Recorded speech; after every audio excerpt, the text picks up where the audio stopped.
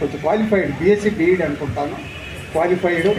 దాని మీద అన్నీ కరెక్ట్గా పెట్టేవాళ్ళు, చాలా సౌమ్యంగా ఉండేవాళ్ళు. ఇందాక చెప్పారు ఏది ఎవరితో పలకడు, ఇందాక మన బ్రహ్మానందం గారు చెప్పారు, అమ్మో ఈయన ఎక్కడ ఇరుక్కుంటాడో, ఈ విధంగా ఉంటున్నాడో ఎంతో స్మూత్గా.